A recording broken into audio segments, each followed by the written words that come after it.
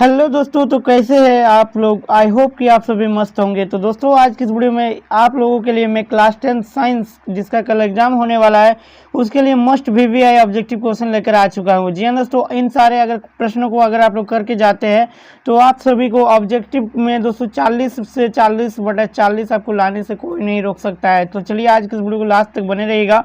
Video पसंद आए तो वीडियो को लाइक कर देना है, क्योंकि आज की इस वीडियो में मैं जितने सारे प्रश्न आप सभी को देने वाला हूँ ये सभी के सभी जो कि मोस्ट वीवीआई है दोस्तों, ये बार बार पूछा जाता है ये सभी सवाल, और आपके एग्जाम में डेफिनेटली पूछा जाएगा। दोस्तों इस वीडियो को लाइक जरूर कर देना और अपने सभी यार दोस्तों के साथ भी वीडियो को शेयर जरूर करना है और हमारे चैनल के साथ बने रहना है। तो देखिए पहला सवाल यहाँ पर देख सकते हैं दोस्तों, यदि आपतित किरण और परावर्तित किरण के बीच 90 डिग्री का कोण बनता है तो परावर्तन कोण क्या होगा। काफी सिंपल सवाल है यार। 90 डिग्री का कोण बनता है। आपतित किरण देखिए इस प्रकार से यहाँ पर देखिए अभिलंब रहता है, बीच में आपतित किरण इधर से गुजरेगा। आपतित किरण और परावर्तित किरण के बीच क्या बोलता है 90 डिग्री का कोण बनता है। कितना डिग्री का? 90 डिग्री। आपतित किरण और परावर्तित किरण के बीच यानी कि यहाँ टोटल 90 डिग्री बनता है। तो परावर्तन कोण क्या होगा? तो परावर्तन कोण आपका पूछा है तो ये आपका कितना होगा दोस्तों, इसका आधा हो जाएगा।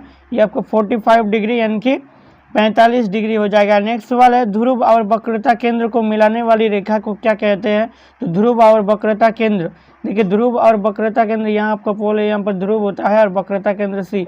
तो ये दोनों को मिलाने वाली रेखा को जो ये जो अक्षिस होता है दोस्तों, ये अक्ष होता है जो रेखा होता है, इसको कहा जाता है मुख्य अक्ष। क्या कहते हैं? मुख्य अक्ष। तो आपका आंसर हो जाएगा आपका ऑप्शन सी। नेक्स्ट सवाल है, यदि एफ का मान 16 सेंटीमीटर तो आर का मान क्या होगा। काफी सिंपल, आपको याद रखना है फॉर्मूला एफ इक्वल टू क्या होता है r/2, यानी कि एफ का मान 16 है तो आर का मान क्या होगा, आर का मान इसका डबल हो जाएगा। 16 2 गुना 16 करेंगे तो क्या होगा 32 सेंटीमीटर। इसका राइट आंसर होगा ऑप्शन ए। नेक्स्ट सवाल है दोस्तों आपका, देखिए किसी अवतल दर्पण में वस्तु कहाँ रखा गया है जिससे उसका सीधा और आवर्धित प्रतिबिंब बनेगा। तो दोस्तों इसका राइट आंसर आपका क्या हो जाएगा, इसका राइट आंसर आप लोग देख सकते हैं दोस्तों, इसका राइट आंसर आपका ध्रुव और फोकस के बीच यानी कि ऑप्शन डी। नेक्स्ट सवाल है, उत्तल दर्पण का प्रयोग निम्नलिखित में से किस वस्तु में किया जाता है। तो आपको याद रखना है गाड़ी के साइड मिरर में। तो गाड़ी के साइड मिरर में उत्तल दर्पण का उपयोग किया जाता है और गाड़ी के हेडलाइट में आपका अवतल दर्पण का उपयोग किया जाता है। तो ये सभी आपको याद रखना है। क्वेश्चन नंबर 5 काफी इंपॉर्टेंट सवाल है। नेक्स्ट सवाल है, जल में सिक्का डालने पर वो अपनी वास्तविक स्थिति से ऊपर उठाई दिखाई देता है, ये प्रकाश की किस घटना को दर्शाता है। तो ये दोस्तों आपका प्रकाश का अपवर्तन को दिखाता है, यानी कि ऑप्शन बी यहाँ पर बिल्कुल करेक्ट है। तो चलिए नेक्स्ट इंपॉर्टेंट क्वेश्चन यहाँ पर क्वेश्चन नंबर 8 देखिए क्या कह रहा है, उत्तल लेंस को अभिसारी लेंस कहते हैं क्योंकि। तो देखिए इसका आंसर हो जाएगा, ये प्रकाश की किरण को एक जगह एकत्र करता है, इसीलिए इसको अभिसारी लेंस भी कहते हैं।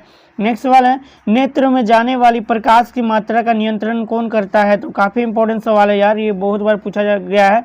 तो देखिए पुतली, कौन करता है? पुतली। नेक्स्ट सवाल है, सामान्य नेत्र का निकट बिंदु क्या है। तो सामान्य नेत्र का जो निकट बिंदु होता है 25 सेंटीमीटर। आपको अगर परीक्षा में अनंत बिंदु पर भी पूछा जाएगा कि अनंत बिंदु क्या है, तो आपको जो कि निकटतम पूछा जाएगा तो 25 सेंटीमीटर, दूरस्थम अगर बिंदु पूछा जाएगा तो अनंत बताना है, ये याद रखना है। मानव नेत्र में प्रतिबिंब की प्रकृति क्या होती है। तो उल्टा और वास्तविक होता है, ऑप्शन डी याद रखिएगा। काफी इंपॉर्टेंट सवाल है। नेक्स्ट सवाल काफी इंपॉर्टेंट है दोस्तों, देख सकते हैं जरा दूरदृष्टिता होने का क्या कारण है। तो जरा दूरदृष्टिता होने का कारण है दोस्तों नेत्र गोलक का बड़ा हो जाना। नेक्स्ट सवाल है, अभिनेत्र लेंस की क्षमता जिसके कारण वो अपने फोकस दूरी को समायोजित कर लेता है क्या कहलाता है। तो ये दोस्तों समंजन, क्या कहलाता है? समंजन। नेक्स्ट सवाल, निम्नलिखित में से कौन सी रासायनिक अभिक्रिया संतुलित है। तो ये आपको बताना, तो सारा देखिएगा, ये पहला वाला को अगर आप लोग चेक करते तो Fe इसमें एक है, एक इसमें Fe3 है, तो ये आपका असंतुलित है, ये नहीं होगा। नेक्स्ट इधर Fe3 है, इधर Fe3 है, लेकिन ऑक्सीजन इधर 1 है, इधर 4 है, तो ये भी नहीं है संतुलित। लेकिन यहाँ पर ऑप्शन सी देखेंगे, ये संतुलित है। कैसे? यहाँ पर Fe3 है और इधर भी Fe3 है, और देख सकते हैं ऑक्सीजन 4 है, ऑक्सीजन 4, और हाइड्रोजन आपका 8 है, तो इधर भी हाइड्रोजन 8 है, यानी कि सभी दोनों का दोनों तरफ जो कि बैलेंस्ड है, संतुलित है। तो ऑप्शन सी यहाँ पर राइट आंसर है। दिए गए समीकरण में किस पदार्थ का उपचयन तथा अपचयन हो रहा है। देखिए उपचयन यानी कि ऑक्सीडेशन किसका हुआ है, जिसमें ऑक्सीजन जुट गया। तो हाइड्रोजन में ऑक्सीजन जुटा है, यानी कि H2 का क्या हुआ है दोस्तों, आपका उपचयन हुआ है। अपचयन मतलब जिसमें ऑक्सीजन की कमी हो जाता है, इसमें ऑक्सीजन था बेचारा, इसका ऑक्सीजन चला गया तो Cu हो गया, यानी कि CuO का क्या हुआ है, अपचयन हुआ है, और H2 का क्या हुआ है, उपचयन। तो पहले क्या पूछा है, उपचयन, तो उपचयन H2 CuO आंसर हो जाएगा। कौन सा है? ऑप्शन सी राइट आंसर है, ऑप्शन सी हो जाएगा। रासायनिक अभिक्रिया में भाग लेने वाले पदार्थ को क्या कहते हैं? तो अभिकारक कहते हैं। रासायनिक अभिक्रिया में भाग लेने वाले पदार्थ के फलस्वरूप जो रिजल्ट जो उधर जो तीर के वो साइड बनता है उससे कहते हैं उत्पाद। ये भी याद रखिएगा। नेक्स्ट सवाल है क्वेश्चन नंबर 17, किसी रासायनिक अभिक्रिया में उत्पाद का कुल द्रव्यमान अभिकारक के द्रव्यमान के होता है तो क्या होता है? ये बराबर होता है, दोनों साइड बराबर होता है। जैसे H2 प्लस O2 ये आपका बनेगा 2H2O, तो दोनों तरफ जो एलिमेंट का जो द्रव्यमान होगा दोनों तरफ समान होगा, याद रखना है। CH4 plus 2O2 CO2 plus 2H2O plus ऊर्जा, यह किस प्रकार की अभिक्रिया है? तो दोस्तों ये आपका जो क्या अभिक्रिया है ऊष्माक्षेपी है, क्योंकि यहाँ पर एनर्जी ऊर्जा निकल रहा है तो ऊष्माक्षेपी ऑप्शन ए हो जाएगा राइट आंसर। नेक्स्ट सवाल है दोस्तों, A प्लस अम्ल, लवण प्लस कार्बन डाइऑक्साइड प्लस जल, उपरोक्त अभी समीकरण में ए क्या है? तो ये यहाँ पर क्या है? तो देखिए अम्ल किसके साथ कौन सी एलिमेंट जो कि अम्ल के साथ अभिक्रिया करके लवण और कार्बन डाइऑक्साइड तथा जल का निर्माण करेगा? तो ये आपको बताना है। इसका राइट आंसर हो जाएगा कार्बोनेट, यानी कि ए की जगह में क्या है? कार्बोनेट डालने से ये होगा। निम्नलिखित में से किस पदार्थ में नीला पत्र डालने पर वो लाल नहीं हो जाएगा?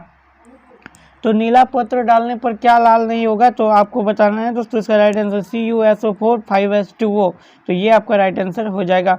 चलिए इधर और भी ऑब्जेक्टिव है, यहाँ पर आप लोग को बताता हूँ। देखिए 23 क्या बोला है दोस्तों, काफ़ी इंपॉर्टेंट है। जल की उपस्थिति में हाइड्रोक्लोरिक अम्ल अपना अम्लीय गुण प्रदर्शित करता है, क्योंकि उसमें दोस्तों H+ आयन उपस्थित रहता है, क्योंकि HCl होता है हाइड्रोक्लोरिक अम्ल का फॉर्मूला। नेक्स्ट वाले पदार्थ ABCD का pH का क्रमशः 2, 4, 7, 14 है। ये पदार्थ में कौन क्षारक है? तो क्षारक कौन है दोस्तों? जिसका वैल्यू 7 से ज़्यादा है वही क्षारक होगा, यानी कि 14, तो 14 किसका है? D का है, तो यहाँ पर D दोस्तों आपका क्षारक है। नेक्स्ट सवाल फिगर वाला इस टाइप का भी आपके एग्जाम में क्वेश्चन पूछा जाएगा ऑब्जेक्टिव में। इस चित्र में कौन अभिक्रिया हो रही है? तो यहाँ पर आप लोग देख सकते हैं बीकर में क्या है? जल है, जल कैल्शियम ऑक्साइड के साथ रिएक्शन कर रहा है, तो ये आपका संयोजन अभिक्रिया, क्योंकि मिल रहा है, दोनों संयोजित हो रहा है, तो ये आपका संयोजन अभिक्रिया हो जाएगा। भोजन एवं अन्य पदार्थों को शरीर में एक जगह से दूसरी जगह तक ले जाने के लिए कौन जैव प्रक्रम उत्तरदायी है? तो काफी इंपॉर्टेंट सवाल है, संवहन हो जाएगा ऑप्शन डी। प्रकाश संश्लेषण में निम्नलिखित में से किस पदार्थ की आवश्यकता नहीं होती है? तो जल की होती है, कार्बन डाइऑक्साइड की होती है और आपका क्लोरोप्लास्ट की होती है, लेकिन कार्बोहाइड्रेट का नहीं होता है, तो ऑप्शन सी यहाँ पर हो जाएगा। नेक्स्ट सवाल है मनुष्य में किस प्रकार का पोषण होता है? तो मनुष्य में दोस्तों आपका प्राणी संभोजी पोषण होता है, ऑप्शन डी हो जाएगा। वसा के पाचन के लिए कौन सा एंजाइम उत्तरदायी है? तो काफी इंपॉर्टेंट सवाल है, लाइपेज, तो क्या मारना है इसका आंसर? लाइपेज हो जाएगा। नेक्स्ट सवाल है श्वसन प्रक्रिया में ग्लूकोज का पायरुवेट में टूटना कहाँ होता है? तो ये आपका माइटोकॉन्ड्रिया में, तो ऑप्शन डी हो जाएगा। पौधों में पत्तियों द्वारा बने हुए भोजन का संवहन किसके द्वारा होता है? तो ये आपका फ्लोएम द्वारा होता है, याद रखना है। काफ़ी इंपॉर्टेंट सवाल है, आपके एग्जाम में जरूर पूछा जाएगा। दोस्तों हमारे चैनल पर नए हैं तो चैनल को सब्सक्राइब जरूर करके रखिएगा, क्योंकि आगे आप लोगों को और भी वीडियो मिलने वाला है काफ़ी इंपॉर्टेंट। किसी जीव को अपना अस्तित्व बनाए रखने के लिए कौन प्रक्रिया आवश्यक है? तो कौन प्रक्रिया आवश्यक है? तो आप सभी को होना चाहिए जनन। जी हाँ दोस्तों, जनन अगर नहीं होगा, मतलब अपने जैसा संतति अगर संतान उत्पन्न नहीं करेगा, तो उस प्रजाति का जो कि इस धरती से विलुप्त हो जाएगा, उसका कोई भी अस्तित्व नहीं रहेगा। नेक्स्ट सवाल है दिए गए चित्र किस प्रकार के जनन को दर्शाता है? तो देखिए ये दोस्तों आपका क्या दिखाता है? ये कायिक प्रबंधन हो रहा है। देखिए एक पत्ता है, पत्ता से फिर दूसरा पौधा निकल रहा है, तो ये क्या हो रहा है? कायिक प्रबंधन। तो याद रखिएगा, इस टाइप के सवाल भी बनते हैं। बीज में भ्रूण होता है जो उपयुक्त परिस्थितियों में नवविध में विकसित हो जाता है, ये इस प्रक्रम को क्या कहते हैं? तो इस प्रक्रम को अंकुरन कहते हैं। चलिए नेक्स्ट सवाल आगे देखते हैं, क्वेश्चन नंबर 26। यहाँ पर देखिए अलग अलग नंबर हो गया, नंबर से आपको कोई मायने नहीं रखना है, क्वेश्चन इंपॉर्टेंट है। देखिए कोई विलयन नीले लिटमस पत्र को लाल कर देता है, इसका पीएच मान क्या होगा? तो पीएच मान इसका देखिए, नीला लिटमस पत्र लाल किसको करता है? नीला लिटमस पत्र जो लाल हो जाता है ये आपका क्या होता है? ये आपका होता है दोस्तों अम्ल, एसिड होता है। तो एसिड का पीएच वैल्यू हमेशा 7 से कम होता है, इनका ऑप्शन सी हो जाएगा राइट आंसर 2। नेक्स्ट वाला है अमीबा अपने किस अंग में भोजन का पाचन करता है? तो ये आपका दोस्तों खाद्य रिक्तिका। नेक्स्ट वाला पाचन प्रक्रिया में आमाशय में कौन प्रोटीन का पाचन करता है? तो इसका आंसर हो जाएगा आपका ऑप्शन सी पेप्सिन। नेक्स्ट वाला है आपका दोस्तों निम्नलिखित में से किस जीव में प्राणी संभोजी पोषण होता है? तो इसका राइट आंसर आपका क्या हो जाएगा दोस्तों? अमीबा। क्या होगा? अमीबा। चलिए नेक्स्ट वाला मानव हृदय में कितने कोष्ठक होते हैं? तो मानव हृदय में दोस्तों आपका 4 कोष्ठक होते हैं, ऑप्शन डी हो जाएगा। निम्नलिखित में से कौन भोजन के माध्यम को क्षार की करता है? तो इसका आंसर हो जाएगा आपका पीत। क्या होगा? पीत। उत्सर्जन तंत्र की क्रियात्मक इकाई क्या कहलाता है? तो ये आपका ब्रिकानो। आपका ऑप्शन में एग्जाम में नेफ्रॉन भी रहेगा, तो नेफ्रॉन अगर रहेगा तो उसी को टिक आउट करना है। नेक्स्ट वाला निम्नलिखित में से कौन कार्य वाष्पोत्सर्जन के द्वारा नहीं होता है। तो इसका राइट आंसर आपका हो जाए ये भोजन का संवहन करता है। निम्नलिखित में से कौन एक लिंगी पौधा है? तो एक लिंगी पौधा दोस्तों पपीता जो है एक लिंगी पौधा है। चलिए यहाँ पर इंपॉर्टेंट सवाल यहाँ पर देख सकते हैं, लड़कों में यौनावस्था के लक्षणों का नियंत्रण कौन सा हार्मोन करता है? तो टेस्टोस्टेरोन, याद रखना है। निम्नलिखित में से कौन मादा जनन तंत्र का भाग है? तो मादा जनन तंत्र का भाग यहाँ पर कौन सा है दोस्तों? गर्भाशय, यानी कि ऑप्शन सी हो जाएगा। नेक्स्ट वाला है, हम जितनी भी ऊर्जा का उपयोग करते हैं उनमें से अधिकांश सौर ऊर्जा से उत्पन्न होते हैं। निम्नलिखित में से सौर ऊर्जा स्रोत अंततः सौर ऊर्जा से उत्पन्न नहीं है। भूतापीय ऊर्जा, नाभिकीय ऊर्जा, पवन ऊर्जा या जैव मात्रा? तो इसका राइट आंसर हो जाएगा नाभिकीय ऊर्जा, ऑप्शन बी।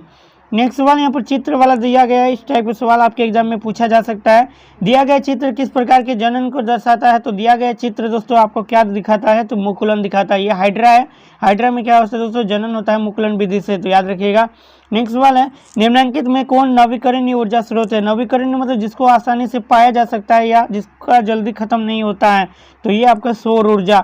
बाकी सीएनजी, पेट्रोल, कोयला ये सभी का लिमिटेड है, ये सभी कभी भी खत्म हो सकते हैं। नेक्स्ट सवाल है, निम्नलिखित में से कौन जैव मात्रा ऊर्जा स्रोत का उदाहरण नहीं है? तो लकड़ी, गोबर गैस, नाभिकीय ऊर्जा, कोयला, इन सभी में से आपका आंसर हो जाएगा ऑप्शन सी नाभिकीय ऊर्जा। चलिए नेक्स्ट सवाल यहाँ पर देख सकते हैं दोस्तों, काफी इंपॉर्टेंट है ये सभी भी सवाल। यदि आपतन कोण का मान 60 डिग्री है तो परावर्तन कोण का मान कितना होगा? तो इसका मान जो हो जाएगा आपका दोस्तों कितना? 60 डिग्री। कितना होगा? 60 डिग्री, ऑप्शन सी। मुख्य अक्ष के समानांतर आने वाली किरणें दर्पण से परावर्तन के बाद जिस बिंदु पर मिलती है उस बिंदु को क्या कहते हैं? तो उस बिंदु को फोकस कहते हैं, याद रखिएगा। यदि वक्रता त्रिज्या का मान 54 सेंटीमीटर है तो फोकस दूरी क्या होगी? तो आपको बताना है एफ इक्वल टू क्या होगा? r/2 होता है। तो फोकस दूरी यानी कि 54 दिया है, वक्रता त्रिज्या का मान 54/2 यानी कि आपका 27 हो जाएगा। कितना होगा? 27 सेंटीमीटर, ऑप्शन बी। अवतल दर्पण के सामने किसी वस्तु को कहाँ पर रखा गया है जिससे उसके समान आकार का प्रतिबिंब समान आकार का उल्टा प्रतिबिंब बनेगा? तो ये होगा वक्रता केंद्र पर। नेक्स्ट सवाल है, अवतल दर्पण का उपयोग निम्नलिखित में से किस वस्तु में किया जाता है? तो गाड़ी के हेडलाइट में, ऑप्शन बी हो जाएगा गाड़ी के हेडलाइट में। तो इसे याद रखिएगा। प्रकाश की किरणें का एक माध्यम से दूसरे माध्यम में जाने पर अपने मुख्य पथ से विचलित हो जाना कौन घटना कहलाता है? तो ये आपका प्रकाश का अपवर्तन कहलाता है। निम्नलिखित में से किस पदार्थ में प्रकाश की चाल सबसे अधिक होगी? देखिए सबसे अधिक पूछा जाएगा तो यहाँ पर देखिए बर्फ, केरोसिन, वायु, हीरा दिया है, तो इसमें से सबसे अधिक हो जाएगा आपका वायु में, याद रखना है। और दोस्तों अगर निर्वात रहेगा तो निर्वात में सबसे और अधिक होता है, तो वो आपको मानना है। देखिए उत्तल लेंस के सामने किसी स्थान पर वस्तु को रखने से उसका सीधा आवर्धित प्रतिबिंब बनता है, तो कहाँ पर रखने से? तो ये आपका प्रकाशित केंद्र और फोकस के बीच। नेक्स्ट सवाल है, लेंस की क्षमता का SI मात्रक क्या होता है? काफी इंपॉर्टेंट, काफी आसान सवाल है, डायोप्टर, ऑप्शन सी। नेक्स्ट सवाल, 10 सेंटीमीटर ऊंची एक वस्तु किसी लेंस के सामने रखी गई है जिससे उसका 3 गुना बड़ा प्रतिबिंब बनता है, उस लेंस द्वारा उत्पन्न आवर्धन क्या होगा? आवर्धन m इक्वल टू क्या होता है? v/u, तो v/u हो जाएगा। तो आवर्धन 10 मीटर 3 गुना बनता है, तो 3 और b 10 मीटर ऊंचा, तो यहाँ पर उस लेंस द्वारा उत्पन्न आवर्धन क्या होगा? तो आवर्धन आपको बताना है, तो दोस्तों क्या होगा आपका? आवर्धन 3 गुना बोल रहा है तो कितना होगा? 3 ही होगा, यानी कि ऑप्शन बी। नेत्र के किस भाग में प्रतिबिंब का निर्माण होता है? तो ये काफी इंपॉर्टेंट सवाल है, दृष्टि पटल में। निकट स्थित दोष को किस लेंस द्वारा दूर किया जा सकता है? तो ये आपका आंसर हो जाएगा अवतल लेंस। अगर दूर दृष्टि दोष रहेगा तो उत्तल लेंस, याद रखिएगा। नेत्र के किस भाग में प्रतिबिंब का निर्माण होता है? ये तो बता दिए, तो इसका राइट आंसर क्या हो जाएगा? नेक्स्ट क्वेश्चन, सामान्य नेत्र का दूर बिंदु, देखिए दूर बिंदु बोला है तो दोस्तों आपका अनंत हो जाएगा। अगर निकटतम बिंदु बोलेगा तो 25 सेंटीमीटर। नेक्स्ट सवाल, दिए गए किस जैव प्रक्रम से हमें ऊर्जा मिलती है? तो किस जैव प्रक्रम से हमें ऊर्जा मिलती है दोस्तों? श्वसन से, श्वसन लेते हैं तभी हम लोग जिंदा हैं। नेक्स्ट सवाल यहाँ पर देख सकते हैं, काफी इंपॉर्टेंट सवाल है, चिप्स के पैकेट में विकृत गंधिता से बचने के लिए कौन सी गैस डाली जाती है? तो अपन नाइट्रोजन, ऑप्शन बी हो जाएगा। जंग लगना किस प्रकार की अभिक्रिया है? तो ये एक संयोजन अभिक्रिया होती है। दिए गए अभिक्रिया में किस पदार्थ का उपचयन हो रहा है? तो देखिए किस पर उपचयन मतलब जिसमें ऑक्सीजन जुड़ जाना, तो सी, कार्बन में ऑक्सीजन जुड़ रहा है, तो कार्बन का, ऑप्शन बी। नेक्स्ट सवाल है, दिए गए कौन सा रासायनिक समीकरण संतुलित है? तो ऑप्शन ए जो कि संतुलित है। कैसे चेक करना है आपको पहले ही बता दी इस टाइप के सवाल। नेक्स्ट सवाल है, लो चूर्ण पर दोनों हाइड्रोक्लोरिक अम्ल डालने से क्या होता है? तो हाइड्रोजन गैस और आयरन क्लोराइड बनता है। दिए गए पदार्थ में कौन रंगीन सूचक की तरह व्यवहार करता है? तो आपका लिटमस पत्र जो कि रंगीन सूचक है। हड्डियों को जोड़ने के लिए डॉक्टर किस लवण का प्रयोग करता है? तो काफी इंपॉर्टेंट सवाल है, CaSO4 और द हाइड्रेट, यानी कि आपको कैल्शियम सल्फेट और द हाइड्रेट CaSO4 × 1/2H2O, याद रखना है। प्लास्टर ऑफ पेरिस का सूत्र क्या है? काफी इंपॉर्टेंट सवाल है, plaster of Paris, option C, CaSO4 1/2H2O। दिए गए समीकरण में कौन अभिक्रिया हो रही है? तो देखिए दो अलग अलग जो कि अभिकारक मिलकर एक उत्पाद बना रहा है, तो ये आपका क्या हो रहा है दोस्तों, ये आपका संयोजन अभिक्रिया हो रहा है, यानी कि ऑप्शन ए हो जाएगा। खट्टे फल में कौन सा अम्ल पाया जाता है? तो खट्टे फल में आपका सिट्रिक अम्ल पाया जाता है, तो इसे भी याद रखना है, काफ़ी इंपॉर्टेंट सवाल। नेक्स्ट सवाल है, कोई विलयन अंडे की पिसे हुए कवच से अभिक्रिया कर एक गैस उत्पन्न करता है जो चूने के पानी को दूधिया कर देती है, इस विलयन में क्या होगा? तो इस विलयन में दोस्तों आपका हाइड्रोक्लोरिक अम्ल HCl होता है। चलिए नेक्स्ट सवाल, इस चित्र में कौन अभिक्रिया हो रही है? तो दोस्तों यहाँ पर सूर्य का प्रकाश है जो कि इस प्रकार से ये कर रहा है, तो ये कौन सा अभिक्रिया हो रहा है? तो आपका ऑप्शन बी वियोजन। शरीर में उत्पन्न हानिकारक अपशिष्ट पदार्थों का शरीर से बाहर निकालने की प्रक्रिया किस जैव प्रक्रम में होती है? तो दोस्तों ये आपका उत्सर्जन में होता है, जहाँ पर पाचन होता है। प्रकाश संश्लेषण में होने वाली ऑक्सीजन गैस किस यौगिक के टूटने के फलस्वरूप प्राप्त होता है? तो काफ़ी इंपॉर्टेंट सवाल है, कार्बन डाइऑक्साइड। नेक्स्ट सवाल है, अमीबा में किस प्रकार का पोषण होता है? तो अमीबा में किस टाइप के पोषण होता है दोस्तों? प्राणी संभोजी पोषण होता है, ऑप्शन डी। लार में कौन एंजाइम पाया जाता है? तो लार में आपके कौन सा एंजाइम पर टाइलिन पाया जाता है। श्वसन प्रक्रिया में पायरुवेट का कार्बन डाइऑक्साइड जल और ऊर्जा में विखंडन कहाँ होता है? तो ये आपका होता है माइटोकॉन्ड्रिया, ऑप्शन डी में। तो काफ़ी इंपॉर्टेंट है सभी के सभी सवाल। देखिए पौधों में जल तथा खनिज लवण का संवहन किसके द्वारा होता है? तो ये आपको बताना आंसर, इसका आंसर हो जाएगा आपका जाइलम। देखिए किसी समष्टि के लिए अपना अस्तित्व बनाए रखने के लिए कौन प्रक्रिया आवश्यक है? तो जनन आवश्यक है, ऑप्शन सी। चलिए नेक्स्ट सवाल इधर देख सकते हैं, ये भी काफ़ी इंपॉर्टेंट सवाल है। दिया गया चित्र, देखिए दिया गया चित्र को किस प्रकार के जनन को, देखिए पहले एक था, एक से 3 टुकड़ा हुआ, फिर 3 अलग हो गया, फिर इसके टुकड़ा हो रहा है, यानी कि ये क्या दिखा रहा है? तो ये आपका दिखा रहा है पुनर्वधन, यानी कि पुनर्वधन, फिर से पुनर्जनन। परागकण का एक पुष्प से दूसरे पुष्प पर स्थानांतरित होना क्या कहलाता है? तो ये आपका परागकण कहलाता है, ऑप्शन बी। भ्रूण को मां के गर्भाशय के किस भाग से पोषण मिलता है? तो ये आपका प्लेसेंटा, याद रखिएगा। एक उत्तम ऊर्जा के स्रोत की क्या विशेषता होती है? तो क्या विशेषता होती है? एक प्रति एकांक द्रव्यमान अधिक कार्य करे। नेक्स्ट वाला, पवन ऊर्जा का उपयोग करने के लिए पवन की चाल कम से कम कितनी होनी चाहिए? तो पवन की चाल कम से कम आपका 15 किलोमीटर प्रति घंटा होनी चाहिए। यदि किसी अवतल दर्पण की फोकस दूरी f तो वक्रता त्रिज्या r हो तो क्या होता है? f = r/2, option B. ये फॉर्मूला है, याद कर लेना है। नेक्स्ट सवाल है, प्रकाश के परावर्तन के कितने नियम है? 2। प्रकाश के अपरावर्तन के कितने नियम है? 2। तो दोनों आपको याद रखना है, कुछ भी एक आपका पूछा जाएगा। देखिए नेक्स्ट, ये भी काफ़ी इंपॉर्टेंट सवाल है दोस्तों, ये सभी के सभी सवाल आपको कर लेना है। मैं यहाँ पर आगे नहीं बताऊँगा क्योंकि वीडियो काफ़ी ज़्यादा लेंदी हो गया है, और आई थिंक कि आप सभी को ये सारे के सारे जो कि आप लोगों को कर लेना है। और ये PDF आप सभी को मिल जाएगा, कहाँ पर मिलेगा दोस्तों? हमारे टेलीग्राम चैनल और व्हाट्सएप ग्रुप पर मिलेगा। सभी का लिंक इस वीडियो को डिस्क्रिप्शन बॉक्स पर मिलेगा। टेलीग्राम चैनल का नाम है AK फॉर स्टडी 1, आपको टेलीग्राम पर जाकर सर्च कीजिए, या फिर जर्नल लिंक वीडियो को डिस्क्रिप्शन बॉक्स पर मिल जाएगा, वहाँ पर आपको फ्री ऑफ कॉस्ट ये PDF मिल जाएगा। तो आई होप कि वीडियो पसंद आया तो प्लीज़ वीडियो को लाइक कर दीजिए, और अपने सभी प्यारे साथियों के साथ इस वीडियो को शेयर जरूर कर दीजिए ताकि उन्हें भी इस वीडियो से कुछ फ़ायदा मिले। और दोस्तों आपको कल के एग्जाम में 40/40 लाना है ऑब्जेक्टिव में, तो इसके लिए आप सभी को आज से ही क्या है, ऑल द बेस्ट। तो चलिए इस वीडियो में इतना ही, तब तक के लिए हमारे साथ बने रहिएगा। Take care, bye bye and thanks for watching.